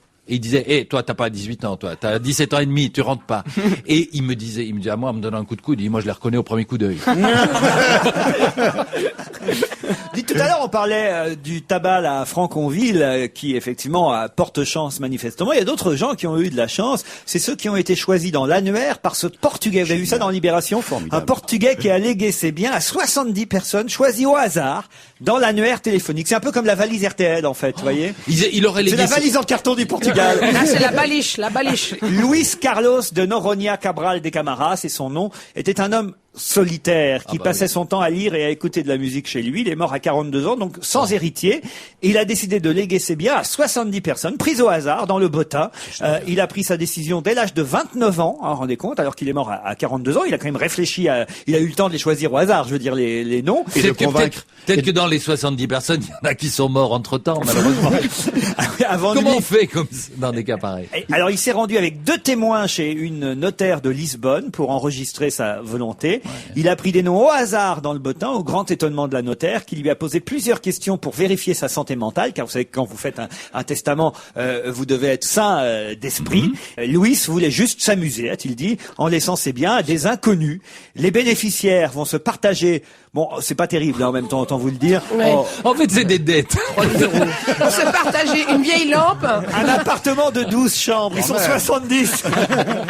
Attendez, un appartement de 12 chambres, c'est énorme. Oui, mais à 70, c'est moins bien déjà. Oui, mais si tu le revends, Un appartement de 12 chambres au centre de Lisbonne. Donc oui, vous avez raison, ça peut quand même... valoir c'est des, pas mal, des c'est pas mal. pépettes. Et une maison à Guimarães, je sais pas où c'est, Guimarães. C'est moins bien tout de suite, là. Et une voiture aussi. Ah bah 70 dans la voiture, ça va pas être simple. Ah, ils peuvent aller. Je crois. C'est chouette, ils peuvent habiter dans l'appartement de 12 ans et puis ils partent dans la bagnole en week-end, dans leur maison à la mer. Je suis content, j'ai fait un bel héritage.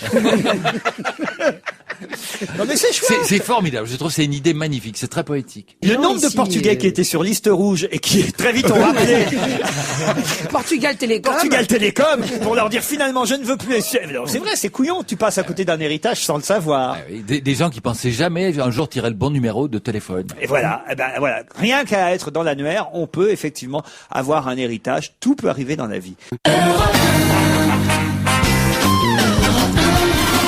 On va se gêner jusqu'à 18h avec Jérôme Bonaldi, Jérémy Michalak, Mustapha El Atrassi, Philippe Gueluc, Michel Bernier Nous sommes ensemble, pour ceux qui nous rejoindraient seulement dans cette deuxième heure, nous sommes ensemble depuis 16 heures. Désormais, vous le savez, évidemment. Pourquoi vous rigolez tous les deux, Mais c'est parce que j'apprenais une chose pendant le flash de 17h, je donnais une autre information qui n'est pas de première bourre, je vous l'accorde, mais qui était savez-vous, Laurent, quel est le dernier mot du dictionnaire? Bah attends, même Mustapha, il le sait. C'est fin. Non, c'est... Qu'est-ce que vous avez dit? Fin. Ah oui. Non, ça c'est l'adaptation du dictionnaire au cinéma. Mais c'est Zythum, c'est Z-Y-T-H-U-M, c'était la bière des Égyptiens. Voilà. Un mot, tiens, qui va intéresser Jérôme Bonaldi sur les nouveaux produits qui portent des prénoms. Alors, qui portent des prénoms, pas des prénoms comme vous et moi, pas Laurent, Michel, Jérémy, bon, Mustapha, c'est autre chose, mais Jérôme, Philippe. Ce qu'on appelle un prénom en marketing publicitaire, vous savez ce que c'est, Non. Jérôme Bonaldi? C'est un prénom de Marc Ombrelle? Quand je pose une question incompréhensible, répondez pas par une autre question incompréhensible, Bonaldi. Je sais pas. C'est quoi, c'est un Mea prénom culpa. d'un parfum, comme Par exemple, Anaïs ou... partage entre amis, c'est un prénom. Réconfort d'hiver, c'est un prénom. Nuit tranquille, Oui, c'est un quoi. prénom. Bonne gueule, c'est un prénom. Attention les yeux, c'est un prénom. En gros, ce sont des produits qui ne portent pas un nom de Attention les produit. yeux, c'est un film porno, je crois.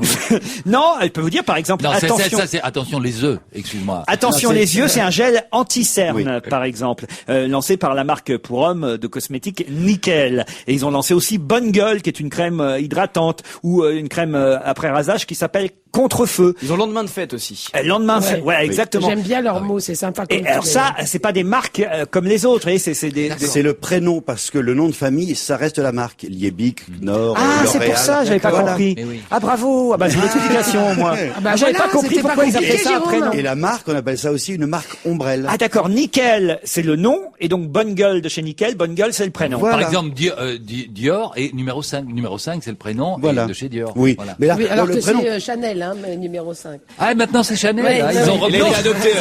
Non seulement il emmène pas sa femme danser, mais en plus, il lui offre même pas un parfum. hein. Mais elle pue pas, j'ai pas bien vu offrir du parfum. Tiens, chérie, Forcément, voilà elle numéro transpire 5 de Dior. Elle transpire T'es pas. pas foutu de ma gueule par hasard. Non, mais le prénom, ça permet d'avoir d'abord un bénéfice C'est un mauvais produit. exemple, là, vous êtes d'accord avec Oui, moi, Bonaldi, c'est un ce que mauvais vient de dire exemple, Gueuluc. ouais. Parce que Le prénom est plutôt chantant et Ah d'accord. et il Voilà, dit c'est comme quelque le chose. produit. On m'a proposé de faire un parfum à l'effigie de mon personnage. Le chat. Ah Et bah, il ça voulait va appeler sentir ça, bon, il la voulait appeler litière. ça pipi de chat. Litière de Gueuluc. non, mais alors, Non, par exemple, l'intéressant de ces prénoms, c'est que d'abord ils ont une valeur imaginaire ajoutée, et en plus ils ont une valeur informative en plus. C'est-à-dire que on te dit quelque chose, plutôt que de dire c'est une tisane avec de la verveine et de la menthe, c'est nuit calme, et tu comprends tout de suite le bénéfice produit. c'est Nuit Tranquille d'ailleurs, Nuit Tranquille. pardon, mais Nuit Tranquille, c'est effectivement un produit de chez Lipton. C'est une tisane. Tisane, j'en ai, moi. Réconfort d'hiver, par exemple, c'est un alors, qu'est-ce que ça peut être à votre avis Qu'est-ce que vous avez dit Non, je Alors- disais qu'on prenait avant de dormir, mais ça intéresse personne, c'est pas grave. Ah si. Vous prenez de Nuit Tranquille. Ouais, c'est vrai. Réconfort d'hiver, c'est- Je te jure. Non, il la fume, il la fume. Ça, je l'ai dit très doucement au début. Je voulais Alors. pas que ça s'entende. Laurent, Oui. Réconfort d'hiver, c'est du papier hygiénique chauffant. Réconfort d'hiver. Réconfort d'hiver, C'est pour ceux qui n'ont pas froid. C'est pour ceux qui n'ont pas froid aux fesses. Pas du tout. À votre avis, c'est quoi Réconfort c'est d'hiver une bûche. Est-ce que ça serait pas une soupe? Une soupe, Oui, bravo. c'est une soupe, oui. Une soupe de chez Liebig. Alors la soupe Réconfort d'hiver, c'est un mélange pommes de terre, poireaux, lentilles. Mais l'autre, elle est Ça belle fait envie aussi. tout de suite. hein. C'est génial, c'est l'hiver, il fait moins 4 Bah, degrés. hier, je me suis fait une petite soupe aux poireaux Liebig. Pas aux Entre poireaux, amis à la carotte, non tous. Mais non, c'est une amie qui s'appelle Entre Amis. Une soupe à la carotte c'est- tout seul. C'est pour ça qu'il l'a pris en soupe. Il y a une soupe qui s'appelle Entre Amis, Laurent. Justement, je me suis posé la question parce que je m'étais jamais fait une soupe en sachet, vous voyez, et ça bouillait. Mais Enfin, non, faut mais pas Laurent, que il ça ne faut la pas la fasse. réchauffer dans le sachet. Mais non, C'est pas la peine. C'est pas la peine d'aller jusqu'à l'ébullition. C'est il plus faut bon pas. quand ça bout, hein. Ah ben Oh non, non, c'est c'est pas pas bon. comme café bouillu, café foutu. Non, la soupe peut bouillir, mais c'est Ah bon, inutile. alors ça va. Non, parce que c'était pas mauvais finalement. Partage entre amis, c'est une autre Voilà. soupe. Et vous savez ce que c'est, partage entre amis? Poireau vinaigrette? Non, poireau. Poireau, une non, soupe ça- au poireau pardon. vinaigrette. Non, alors je vais vous dire, partage champignons. entre amis est supposé métamorphoser une banale recette oignon, chou, carotte en fiesta à domicile. Oh, l'ambiance. Ah ouais, l'ambiance. Soupe pour tout le monde. Ça fait envie. hein. Et le livreur de soupe fait le DJ chez vous. Vous savez, la fameuse soupe à l'oignon qu'on fait tard le soir. Écoute, Oui, Oui. à 5h du matin, la soupe à Et l'oignon. ben voilà, ça s'appelle partage entre amis de chez Liebig. C'est joli quand même. C'est très joli. oui. Il y a autre chose assez amusant, et là c'est dans Marianne que j'ai trouvé ça, c'est une association américaine de lutte contre les procès abusifs en dommages et intérêts qui vient d'attribuer ses prix pour les avertissements, je sais pas si c'est très clair ce que je dis, Ah oui. les avertissements à l'utilisateur les plus absurdes. Vous savez que sur certains produits produit, il y a certains conseils, et plus ça va, comme ils ont peur d'avoir des procès, les marques américaines, ils mettent des avertissements de plus en plus stupides. Bien sûr, des modes d'emploi. Par Des exemple, choses évidentes. Pour un gel J'ai- douche, il j'ai- dit prenez soin de vous déshabiller avant d'entrer dans la cabine Par de exemple. douche. Moi j'ai appris un truc à l'école qui est vrai. Il y avait une femme en Angleterre qui avait promené son chien, il pleuvait, elle l'a mis dans le micro-ondes pour le réchauffer. Et la porte Pour le est pleine. sécher, il est mort, elle a porté plainte et elle a gagné parce qu'il n'y avait pas écrit qu'on devait pas mettre son chien dans le micro-ondes. Eh bien, vous avez raison. Les 3 produits qui ont gagné le prix du mode d'emploi ou du conseil le plus ridicule, vous avez un fabricant de téléphone mobile et on pouvait lire sur le mode d'emploi: si votre appareil est mouillé, ne le séchez pas au four à micro-ondes. Au cas où certains y penseraient. Ça, c'est le 2e prix, hein, c'est ceux qui sont arrivés 2e. Ceux qui sont arrivés 3e, c'est à propos d'un annuaire téléphonique, vous voyez, d'un bottin, non pas utilisé par notre ami portugais tout à l'heure, mais un annuaire téléphonique. Et sur la couverture de cet annuaire téléphonique, c'était écrit « Ne pas consulter en conduisant un véhicule ». C'est quand même incroyable. Le grand gagnant, c'est une marque de machine à laver. La machine à laver le linge, et la mise en garde qui était écrite sur le mode d'emploi de la machine à laver, c'était ne jamais mettre un enfant dans le tambour. Ouais, mais j'allais le dire. Ouais. Mais moi, j'ai à la maison un petit sachet de cacahuètes. Et il y a marqué: attention, ce produit contient des cacahuètes. Ça, c'est vraiment au cas où, ça. C'est génial. C'est pour ceux qui ont des allergiques aux cacahuètes.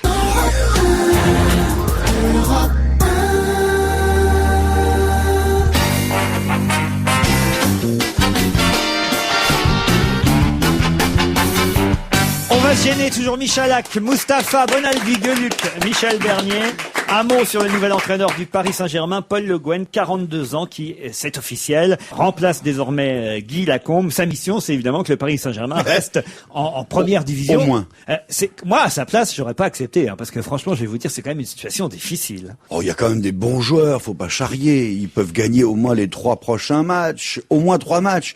Et comme ça, ils seront pas relégables. Il y a un dessin très amusant de Rançon dans le Parisien aujourd'hui, où on voit l'ex-entraîneur Guy Lacombe, vous savez, qui ressemble beaucoup à Victor Lanoux, et on voit 2 supporters du PSG qui le regardent partir et qui disent: Pinochet, Saddam Hussein, Guy Lacombe, la moustache, c'est vraiment out cette année.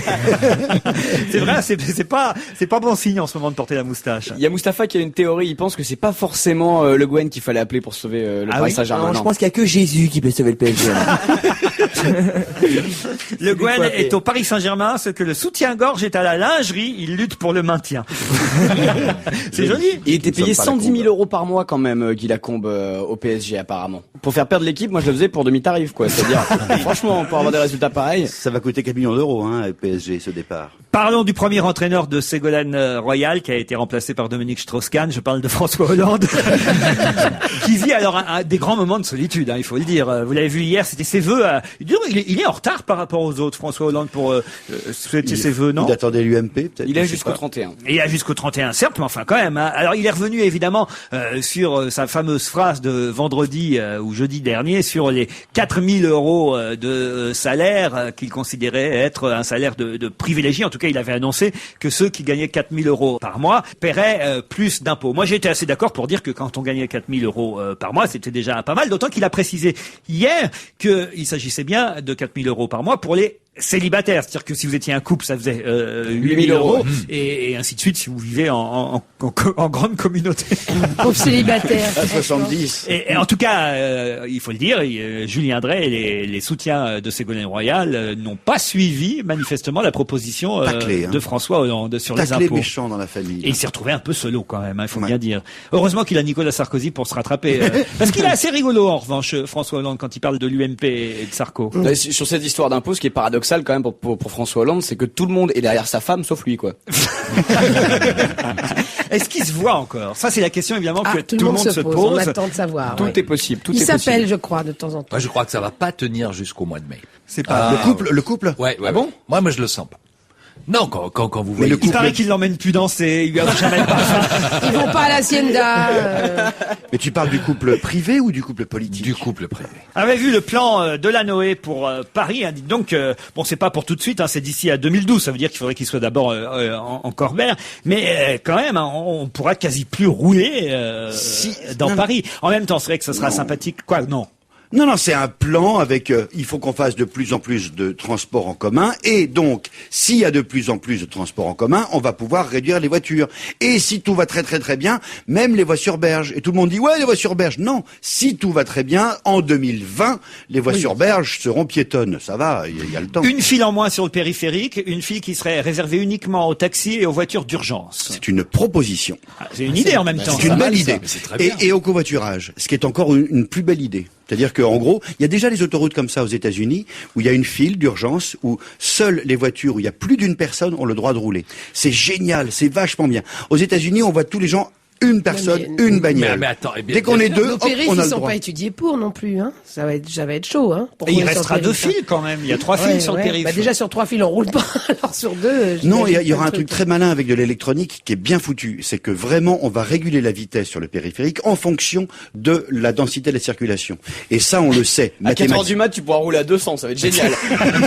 Non, parmi les 7 mesures, il y en a une moi qui me plaît, une seule. Hein, c'est la couleur unique pour les taxis. Ça, c'est, Ah ouais, ça, alors là, vraiment dans toutes les capitales du monde, effectivement, on repère facilement un taxi parce qu'ils sont tous de la même couleur, jaune à New York, noir les fameux cabs à Londres ou vert ailleurs. Beige, je sais Chez pas nous, où, c'est vrai que les voitures ressemblent à toutes, rien. à nos voitures. Voilà, finalement, les voitures ressemblent aux nôtres. Là, il dit, la mairie veut reprendre la main sur les taxis qui sont pour l'instant gérés par le gouvernement. Il faudrait que ce soit la ville de Paris qui s'en occupe et on les rendrait plus visibles avec une seule couleur, en plus en augmentant le nombre des taxis. Et Ça, une couleur voyante. Parce que si c'est une couleur gris On va cacadois, les c'est pas la confondre. peine non plus. Des rouges, faudrait que ce Et soit puis rouge. aussi dire parfois au taxi, avec qui j'ai de très très bons rapports avec la majorité de la profession. Et les taxis corses en particulier.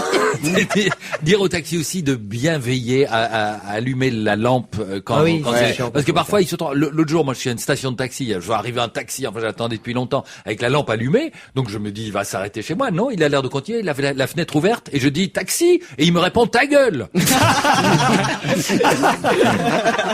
Il a le droit. Il a le droit. S'il est à moins d'une demi-heure de sa fin de course, Il a le droit de lui dire son ta gueule. Non, il n'a ordinateur pas le droit de faisant. me dire ta gueule. toi. Non, il a le droit. Il a le droit. de pas Il avait prendre. la chance qu'il n'y ait pas un feu qui soit devenu rouge, qui soit passé au rouge dans la Mais semaine qui suivait. s'il y a plein de Parce que je taxis, rêve. ah ouais, Ah bah, vous savez ça quand je m'énerve. costaud, hein. Quand je Il est m'énerve. costaud, moi. Philippe, attention. il y a Samina Seri et vous, c'est pas bon. Attendez, mais le dernier qui essaie de m'insulter, c'est l'abbé Pierre. Où il est aujourd'hui à l'hôpital. En fait, le seul endroit où on va encore bien rouler dans Paris, c'est dans les halls d'immeubles. Quand on réfléchit bien. Bon, non, mais en même temps, c'est vrai qu'il faut changer les choses. On dit que c'est trop pollué, on dit qu'il y a trop de voitures. Alors bon, comment on faire? peut pas dire le tout et le contraire de tout. La qualité de l'air, elle est largement au-dessus des normes, donc il faut faire quelque chose. Il faut réduire la circulation automobile.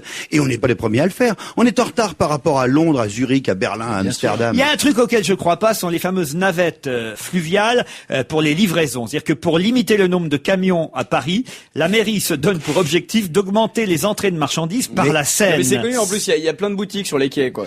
Mais non, vous mais imaginez le mec qui décharge du bateau. Non, mais Oui. non. Déjà, quand il y a une place devant le magasin, ils s'y rangent pas, ils font ça au milieu de la route. Alors imagine s'ils viennent de la Seine, les mecs, non? Non, c'est un projet vraiment jouable, vraiment, très sérieusement. Mais je vous jure que c'est vrai. Déjà, par exemple, les papeteries qui sont à Nanterre sont livrées par péniche. On peut très bien imaginer tout évidemment, tout le vrac, c'est-à-dire le béton, le sable, le gravier, Oui, les est gros livré trucs, par quoi. péniche. Mais déjà, pourquoi pas dans Ensemble Gay, c'est parfaitement jouable. Je sais pas si vous voyez du côté si vous êtes parisien, du côté du pont Mirabeau, il y a les points P qui sont là, il y a les bétonniers, ils pourraient peut-être déménager. Et là, on ferait une sorte de port avec le problème, c'est ce qu'on Je vois appelle pas la le mec de chez rupture. Darty arriver en péniche avec son frigidaire. Hein. Michalak. Et les métros jusqu'à 2h du matin. Ah, Eh ça, c'est bien. on a pensé aux pickpockets qui vont travailler tard. Qui c'est qui va payer les heures sup? Le métro jusqu'à 2h du mat, ça c'est une bonne mesure. En même temps, c'est vrai, si on peut moins bien rouler dans Paris, il va falloir développer Il les faut que ce soit transports. sécurité, parce que moi, à 2h du matin, je prends pas le métro, c'est clair. Qui a déjà pris le nouveau tramway dans Paris? Parce qu'il y a des Ah, tramways pas partout encore. en France maintenant. Ouais, Oui, Jérôme? il est bien. Oui. Ah, il est vraiment bien. Ah ouais. Je trouve que ce qui est formidable, c'est la surface vitrée. On a l'impression d'être dehors. On a l'impression d'être dans la ville. C'est formidable. On est chauffé, hein, évidemment. On est dans la ville en même temps, hein, je vais Oui, vous oui, dire. oui. Non, mais t'as l'impression On n'est pas d'être dans l'air, piéton. hein. T'as l'impression d'être une sorte de patin à roulettes. Cela dit, moi, arriver par le fleuve et par la Seine, ça me paraît aussi une très bonne idée. Ah Il y a oui. juste que pour moi, ça risque de poser un problème parce que je vais devoir partir par le port d'Anvers, ce truc, descendre la mer du Nord, l'embouchure de la Seine, remonter, et ça va être plus long que le Thalys qui met 1h25 de Bruxelles à En Paris. tout cas, Nicolas Sarkozy n'a pas donné le bon exemple parce qu'il n'est pas arrivé par la Seine, il est arrivé par le public dimanche dernier.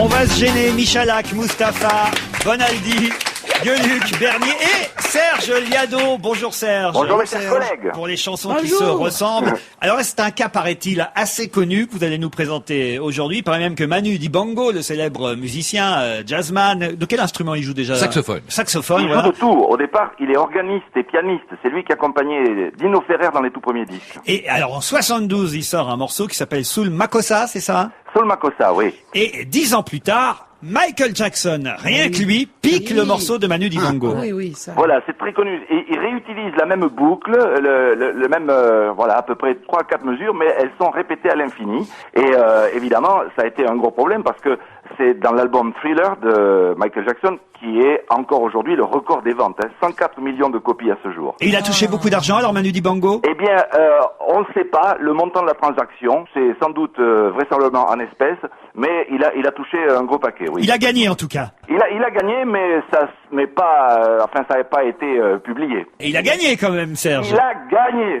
Non, eh ben c'est ça qui compte, non? C'est ce qui compte, oui, bien sûr. Mais on ne sait pas combien il a gagné, parce qu'à mon avis, enfin, d'après les experts, il a gagné énormément. Mais il a gagné? Combien, ouais. Mais énormément. Oui, énormément. Il a pas perdu, quoi. Après la rubrique, les chansons, les questions qui se ressemblent. D'où la célèbre chanson, il a gagné, il a gagné. Manu Dibango et Michael Jackson, donc. Yo.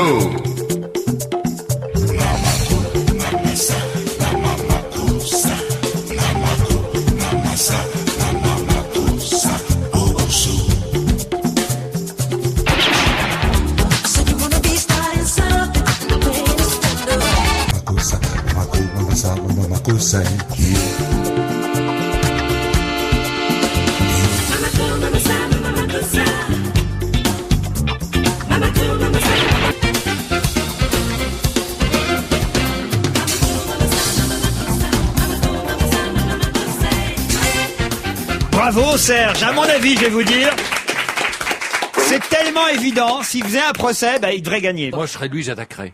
Vous avez une chanson flash, Serge Liado, pour aujourd'hui? C'est un rock suisse. Vous savez que le forfait fiscal va être doublé. Et oui, alors c'est une mauvaise nouvelle pour Johnny Hallyday effectivement aujourd'hui, parce que on lit effectivement dans tous les journaux que les Suisses veulent doubler le forfait fiscal pour les étrangers qui se sont installés chez eux.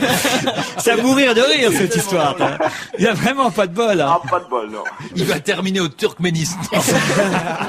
Porte-parole de Ségolène Royal, Arnaud Montebourg dans Libération avait stigmatisé l'exil fiscal de Johnny, notre star de la chanson. Aujourd'hui, les Helvètes réagissent en décidant d'être moins généreux, ce qui fait que ceux qui ont des comptes en Suisse risquent d'avoir aussi des contentieux. Plaignons de tout notre cœur ce pauvre Johnny qui sait plus très bien où il habite. Son chalet familial se trouve à Gstaad, son pognon à Zurich et son moral en Berne. Joli, bravo. Bel exercice, Serge. Merci, à demain. Et on aura notre Johnny Hallyday à nous dans un instant qui lancera un appel à Nicolas Sarkozy. Johnny, dans un instant, au téléphone sur Europe 1, dans On va se gêner. Mais d'abord, Jérôme Bonaldi, parce que priorité aux choses importantes. Et Jérôme nous a amené des yaourts. Votre sélectif et votre plaisir Vous sont nous amenez des importants. yaourts tous les jours, hein? Non, celui-ci est tout à fait différent des autres. Ah, il je suis s'appelle sûr. Chenapan et il y a marqué en dessous Krusty Pulp. Ça, c'est son prénom, ça. Le nom de famille, c'est Senoble. Et le vendeur, c'est Intermarché. Mais c'est une marque distributeur. Non, mais goûtez. Vous amenez des petites cuillères. Il y a un truc que n'avait pas jusqu'ici. Il y a goût fraise et goût vanille. Vous mangez et d'un seul coup, ça fait Krusty Pulp sous votre dent. Ça fait? Il y a des petites billes. Ah, parce qu'ils ont mis des trucs dedans. Exactement, il y a des petites C'est pas billes. super joli, regardez. Hein. Et vous avez vu le spot de promo à la télé? Non. Parce ils ont déjà tourné un spot et ils ont mis la musique des Beatles. Les petites billes, les petites billes, les petites billes, les petites billes. Ah, c'est pas terrible, hein, franchement. Ah non, parce que la date limite, c'est yesterday.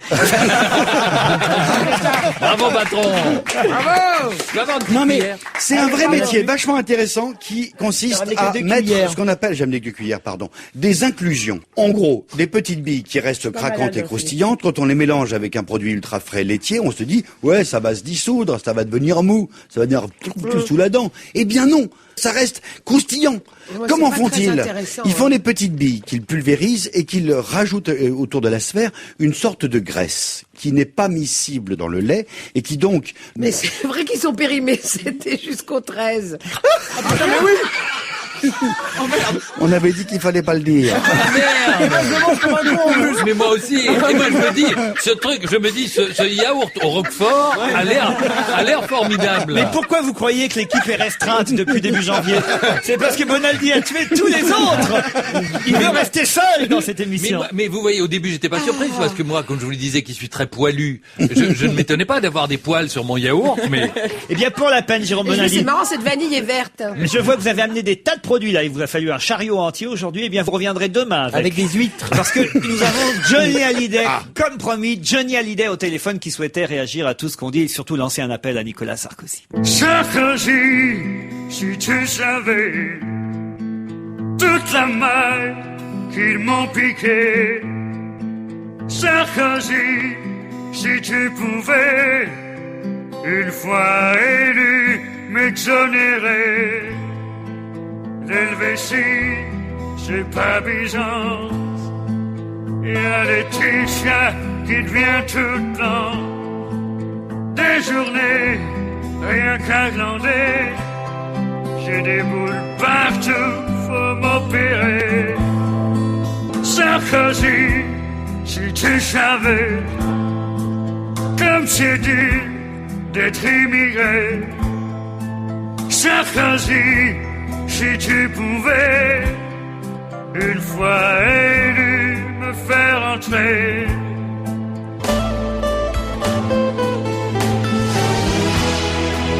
Demain ce sera ton grand jour.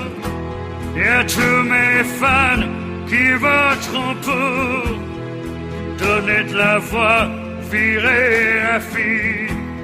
Sarkozy dans ce domaine, je touche ma bille.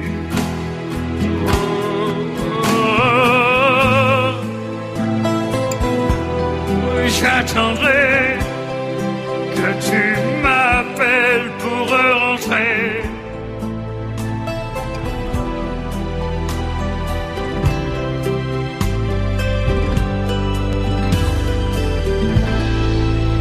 Sarko 2007. Johnny Hallyday, imité par Mickaël Grégorio sur un texte d'Arnaud Crampon.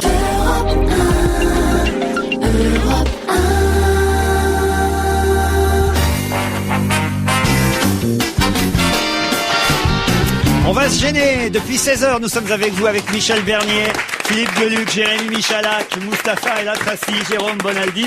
On a entendu tout à l'heure Mickaël Grégorio imiter Johnny, lancer un appel à Nicolas Sarkozy. Johnny qui effectivement va être bien embarrassé par cette histoire d'impôt doublé. Non, mais c'est assez hallucinant quand même. Faut vraiment qu'il redéménage. Il faut vraiment qu'il soit belge pour qu'il lui arrive des choses pareilles. Non? Disons qu'il soit malchanceux. Voilà. C'est pareil. En tout cas, Nicolas Sarkozy était hier au Mont-Saint-Michel. Vous avez vu, il a pris l'air. C'est chouette, faut dire, la balade du Mont-Saint-Michel. C'est classe, ouais. Mais il a refait une erreur. On parle beaucoup de la bravitude. Il s'est trompé, lui. Oui, alors lui aussi, effectivement, il a cité François Mitterrand. Enfin, il a cru citer François Mitterrand à propos des critiques qu'on pouvait émettre à son égard. Il a dit, je pourrais citer François Mitterrand qui avait eu cette réponse superbe. Vous n'avez pas le monopole du cœur. Mais effectivement, là, il devrait avoir un peu plus de savoir politique que Nicolas Sarkozy parce que ce n'est pas Mitterrand qui dit ça. C'était Giscard qui disait ça à Mitterrand lors du fameux débat présidentiel de 74, lequel débat d'ailleurs va être sur scène bientôt entre deux comédiens, Jean-François Balmer et Jacques Weber vont jouer sur scène les débats Giscard-Mitterrand de 74 et 81. Quelle bonne idée. Eh oui. Alors, et qui fera le cabage. Alors juste Jean-Pierre lui-même, parce que lui il est toujours là, Jean-Pierre. Alors Nicolas Sarkozy a aussi lancé, ça fait évidemment le chou gras, même l'humanité se moque de ça ce matin, mégalomanie sur Internet, titre l'UMA, à propos de quoi? Eh bien à propos de NSTV. Est-ce que vous savez ce que ça veut dire NSTV? Non. Nicolas Sarkozy Télévision, parce que il a lancé sur Internet plusieurs chaînes de télé. Mais attendez, mais ça existait déjà. Comment ça? Ça s'appelait TF1. C'est le publicitaire François Delabrosse, concepteur, et José Frêche, réalisateur, qui sont des anciens conseillers de Chirac et anciens patrons du quotidien Le Midi Libre, qui ont décliné 12 chaînes vidéo sur le net, 12 chaînes sur lesquelles on voit Nicolas Sarkozy décliner, j'espère pas. Il décline de jour en jour. Au contraire, il va plutôt bien dans les sondages, et on voit son QG de campagne, on voit des éditos, un programme, la revue de presse. en fonction des chaînes des télés sur lesquelles on se branche sur Internet. Ça a inspiré à nos amis Michalak et Mustapha un top 5. Bah oui, parce qu'on s'est dit que 12 chaînes c'était peut-être pas assez, alors voici le top 5 des nouvelles chaînes de télé que Nicolas Sarkozy devrait peut-être ajouter sur son blog. C'est parti, numéro 5. Alors la chaîne de téléachat qui permet en restant chez soi d'acheter un large choix d'armes d'autodéfense certifiées efficaces par les forces de police, comme par exemple le Taser 3000, idéal pour punir un enfant qui refuse de finir son assiette, ou encore le flashball infrarouge pour shooter votre fille qui essaie de faire le mur et rejoindre son ami Mohamed. Numéro 4. La chaîne cuisine où Doc Gynéco vous propose ses meilleures recettes comme le millefeuille aux herbes très connu et bien sûr les trucs et astuces de Sonia Dubois qui vous expliquera comment devenir maigre sans forcément vivre à Cachan. Numéro 3. Alors après MTV MCM, la chaîne musicale de Nicolas Sarkozy avec les meilleurs morceaux de Faudel, comme quand il avait chanté voilà. Numéro 2. La chaîne écologique sur laquelle vous retrouverez Nicolas Hulot et ses précieux conseils. Il vous expliquera par exemple comment utiliser votre Karcher sans gaspiller d'eau. Une chaîne déclarée d'intérêt public pour le foutage de gueule durable. Et enfin, numéro 1. La chaîne de l'humour avec au programme des imitations d'accents étrangers signé Michel Leb, des films inédits avec Christian Clavier comme Les Bronzés restent dans leur pays, ou encore Les Visiteurs, ils sont mieux chez eux. Et bien sûr, la diffusion de Ian, la pièce de théâtre avec Stevie et Bourriquet au Théâtre des Deux Ânes qui n'a jamais aussi bien porté son nom. C'était le top 5 de Michalak et Mustapha. Il y a quelqu'un qui est sur scène demain soir, 17 janvier à l'Olympia. C'est son retour, c'est qu'on l'a reçu il y a quelques jours. Will Smith.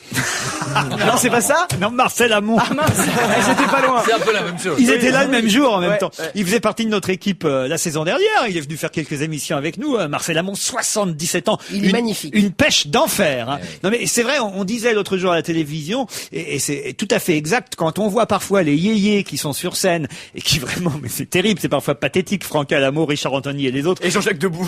Et Jean-Jacques Debout qui tient pas debout. Enfin, Marcel Amont qui a 20 ans de plus que les yéyés. Et là, il est plus en forme, il a une meilleure forme physique qu'eux. La voix n'a pas changé. Il va chanter ses grands succès demain soir à l'Olympia à partir de 20h. Mais pas seulement ses grands succès, aussi des nouvelles chansons, puisqu'il a un nouvel album qui s'appelle Décalage horaire. Et ce duo, par exemple, très joli duo, Toi et moi.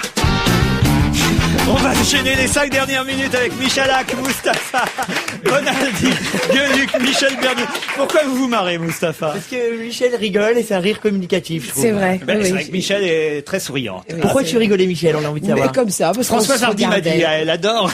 Ah, elle adore. Oh, quelle rigolade. Mon Dieu, mon Dieu. J'ai un copain qui m'a raconté. Non, parce que Michel Bernier va animer une émission bientôt Oui, sur c'est- France 3. Ouais, belle La France en chanson. La France en chanson. D'ailleurs, j'avais eu la chance de faire le premier numéro avec Isabelle Mergot, et Voilà. c'est Michel Bernier et Anthony Martin qui prennent la relève. C'est pas Pascal Sevran, ça, la France en chanson? Non, c'est C'est la France l'histoire aux de Français. France en chanson. Et vous aviez Françoise Hardy comme invitée. Voilà, et donc on a eu un petit Charmante moment comme d'habitude. adorable, charmante, et on a Quelle eu un petit déconneuse, moment celle-là. de flou parce que c'est en fait c'est l'histoire de la révolution sexuelle, donc c'est les années 67, donc avec tout ce qu'il y a eu comme chanteur, etc. Et puis effectivement l'anniversaire de la pilule qui a donc 40 ans, et je demande à Françoise Hardy, donc pour vous Françoise, c'est une époque aussi, la pilule, l'avènement de la pilule, elle me dit oui mais moi je préfère le stérilet. Et là, moi qui ne suis pas animatrice, j'ai tout d'un coup eu un coup de flou en me disant mais comment on fait dans ces cas-là? Et donc je lui dis oui, bien sûr, je comprends le stérilet, tout ça, mais la pilule c'est quand même un merveilleux événement pour les femmes. Oui, mais le stérilet c'est quand même drôlement mieux. Alors donc on est resté un peu coincé sur le stérilet, enfin j'espère pas trop longtemps, mais voilà, donc ça a été un On vous moment donnera assez la curieux. date de diffusion de cette émission dès qu'on la connaîtra. Oui, absolument. Paul Vermus est au téléphone, notre reporter sans frontières. Bonjour Paul. Salut Laurent. Et hier soir, vous étiez évidemment sur les Champs-Élysées au Planet Hollywood pour l'arrivée de Sylvester Stallone à l'occasion évidemment de la sortie de Rocky VI. Oui, alors vraiment, c'était franchement pas brillant pour Ah ce bon 6e volet de Rocky. Alors c'était une sorte de bordel inorganisé, de pagaille, je dirais même une vraie chienlit. On se demande à quoi sert ce genre encore de manifestation, d'autant que ce film aux États-Unis, c'est un vrai bide, je veux dire 17 millions de dollars de recettes en 4 jours, c'est pas bon. La presse, quand elle parle aujourd'hui de Stallone, elle parle d'un personnage bouffi, bedonnant, vieilli, enrobé, bref, il n'y a pas de quoi faire rêver, et ça faut bien se le dire. Il paraît que dans ce Rocky VI, il a pas de protège-dents et il retire son dentier en fait. C'est vrai. Vous savez comment on l'appelle appelle maintenant Stallone, aux États-Unis, on l'appelle une old glory, c'est-à-dire une vieille gloire. Alors en français dans le texte, ça veut dire un has-been, voilà. Il est resté en tout et pour tout 23 minutes chrono au Planet Hollywood. Vraiment, alors les gamins étaient complètement, tous ces groupies, tous ces fans étaient désespérés, franchement. Le meilleur, c'était Rocky 1, non? Parce qu'après tous les Rocky Alors, Stallone. Il y a deux thèses. Mais en fait, il y a deux thèses. Certains cinéphiles disent que ce Rocky qui sort là est tout à fait exceptionnel. Et C'est un film interactif, hein, quand même. Hein. Ouais, enfin, oui, il faut aussi lutter pour tenir plus de 3 minutes. Quand même. En tous les cas, je peux vous dire qu'il était question aussi. J'ai appris d'un Rambo 4, mais le Rambo 4 tombe à l'eau. Ça, je peux vous dire. On appelle le Rambo Warrior d'ailleurs. Je peux vous dire que dans la conférence de presse le matin au Ritz, donc vous voyez, je vous avais donné de bonnes informations la semaine dernière. Quand on s'adresse à Stallone, faut l'appeler Monsieur Stallone. Ah oui. Sinon on ne répond pas à votre question. D'ailleurs, de toute façon, vous n'avez pas le droit à plus de 2 questions. Et je peux aussi vous dire qu'il part pour Londres dans quelques jours. Et il va rencontrer, et là je lui souhaite bien du plaisir, le prince Charles et Camilla. Là ça va pas être triste. Et quand on voit l'état dans lequel il est, quand on voit les cernes qu'il a, c'est plus l'œil du tigre, quoi. C'est éventuellement l'œil de Michel Sardou, mais c'est tout, quoi. Il paraît que Mohamed Ali, il a pas aimé le film. Ah oui? L'image, il a trouvé que ça bougeait trop. Quelle horreur. Des infos sur Michael Jackson, s'il vous plaît? Ah oui, je vais vous dire ça c'est quand même tout à fait étonnant. Il y a une pharmacie de Beverly Hills, c'est le quartier des stars, et cette pharmacie, ironie du sort, s'appelle la Mickey Pharmacy. Mickey comme Mickey, hein. Et cette pharmacie réclame 101 926 $ à Michael Jackson d'impayé. Elle a donc porté plainte. D'impayé veut dire qu'il a jamais payé? Depuis 2 ans et demi, il n'a pas payé les médicaments. Donc Il n'est pas au tiers payant. Rappelez-nous le montant de la facture. 101 926 $. Tout de même en 2 ans, ça fait beaucoup de ça fait beaucoup de médicaments. Est-ce que vous savez ce qu'il achetait? Alors qu'est-ce qu'il achète? Voilà, c'est ça la question que tout le Oui, parce qu'il y a un papier dans le journal 20 minutes ce matin qui nous raconte ça, mais ils ne nous disent pas. Moi, je vais vous le dire. Alors voilà pourquoi je vous Tout appelle. Hollywood se demande ce qu'il absorbe comme médicament. Alors d'abord, cette facture est due en gros à des produits de beauté. Alors du blush, du fond. Ça marche pas, hein. du blush, du fond de teint, des colorants pour sa chevelure. Des gouttes pour le nez, peut-être? Oui, des produits plus sophistiqués, vous savez, pour avoir une peau plus claire, pour défriser les cheveux. Il y a une note. Des couches culottes pour ses amants. Il y a toute une gamme de shampoings cheveux gras, anti-pelliculaires, anti-reflets, enfin bref. Ça fait envie. Et puis il y a aussi les médicaments. Alors Hollywood se demande, a-t-il acheté ou non du Viagra? Non, il n'y a pas de Viagra. En vérité, ces médicaments, c'est surtout du Prozac, des Valium et toutes sortes de somnifères. Parce que actuellement, Jackson a la déprime. Et pourquoi il a la déprime? Parce qu'il a 270 millions de $, de dettes, vous vous rendez compte? Mais pourquoi, à qui? Et plus de 100 000 $ chez le pharmacien. Oui, mais les 100 000 $, c'est que dalle. Alors donc, il a hypothéqué son ranch californien de Neverland, où il vit en ce moment. Vous savez où il vit? Il vit à Bahreïn, dans le Golfe. En plus, il a échappé Il est content parce que dans le golf, il y a 18 trous. Oui, en plus, il a eu le département du travail de Californie sur le dos pour non-paiement des salaires et charges sociales des employés de Neverland. Il n'a pas réglé les honoraires des 17 avocats. Pour combler la dette, qu'est-ce qu'il lui reste? Il a vendu déjà une partie de son catalogue musical à Sony, vous savez, qui inclut les chansons des Beatles. Bref, c'est pas le beau fixe pour lui, ça je peux vous le dire. Hein. Enfin, je peux vous dire en tous les cas ce que les journaux ne disent pas, c'est que la dette, ça y est, a été payée vite fait, bien fait. Ah, il est allé chez le pharmacien payer avec sa carte vitale. Et on vous remercie, Paul Vermus. Salut. À très vite.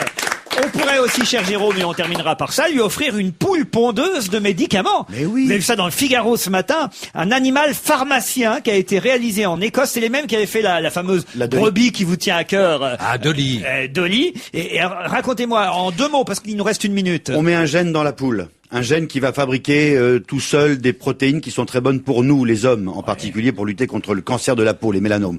La poule, elle fait des œufs. Dans le blanc d'œuf, on retrouve le gène. Et donc le blanc d'œuf devient un médicament. Elle pompe pas le médicament directement. Non, quand même pas. Elle pompe pas des gélules. Il n'y a pas le code barre encore. Parce c'est vachement pratique parce elle que... pompe pas des suppositoires non plus, parce que sinon elle les pondrait dans l'autre sens.